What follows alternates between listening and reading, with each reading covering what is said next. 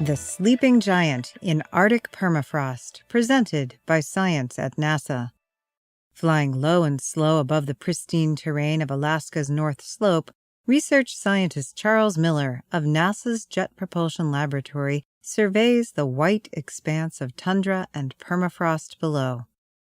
On the horizon, a long, dark line appears. His plane draws nearer, and the mysterious object reveals itself to be a massive herd of migrating caribou, stretching for miles. It's a sight Miller won't soon forget.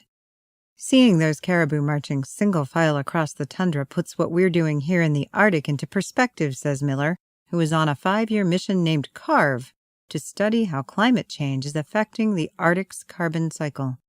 CARVE is short for the Carbon in Arctic Reservoirs Vulnerability Experiment.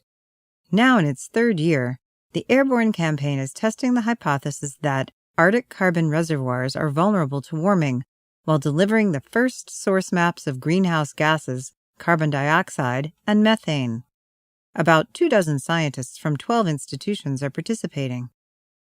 The Arctic is critical to understanding global climate, says Miller. Climate change is already happening in the Arctic, faster than its ecosystems can adapt. Looking at the Arctic is like looking at the canary in the coal mine for the entire Earth system. Over hundreds of millennia, Arctic permafrost soils have accumulated vast stores of organic carbon, an estimated 1,400 to 1,850 billion metric tons of it. That's about half of all the estimated organic carbon stored in Earth's soils. In comparison, about 350 billion metric tons of carbon have been emitted from all fossil-fueled combustion and human activity since 1850. Most of the Arctic's sequestered carbon is located in thaw-vulnerable topsoils within 3 meters of the surface. But, as scientists are learning, permafrost and its stored carbon may not be as permanent as the name implies, and that has them concerned. Permafrost soils are warming even faster than Arctic air temperatures, as much as 1.5 to 2.5 degrees Celsius in just the past 30 years, says Miller.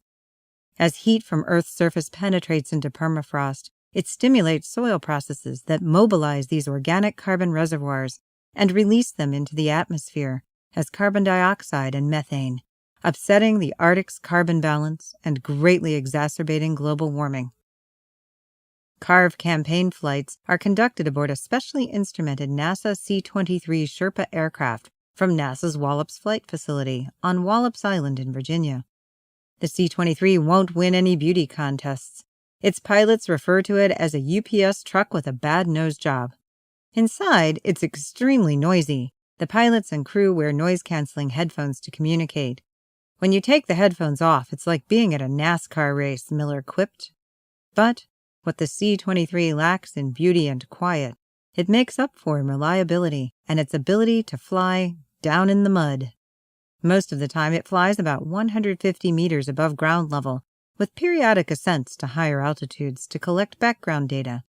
On board the plane, sophisticated instruments sniff the atmosphere for greenhouse gases. We need to fly very close to the surface in the Arctic to capture the interesting exchanges of carbon taking place between the Earth's surface and atmosphere, Miller says. The CARVE team flew test flights in 2011 and science flights in 2012. So far in 2013, they've completed 3 monthly campaigns in April, May, and June, with 4 more to go.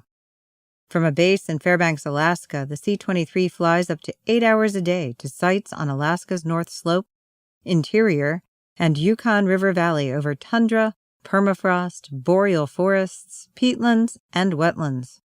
Soaring over the Arctic terrain, Miller has seen many things he won't forget. Like the caribou, the data may prove unforgettable too. For more news from the ends of the Earth and beyond, visit science.nasa.gov.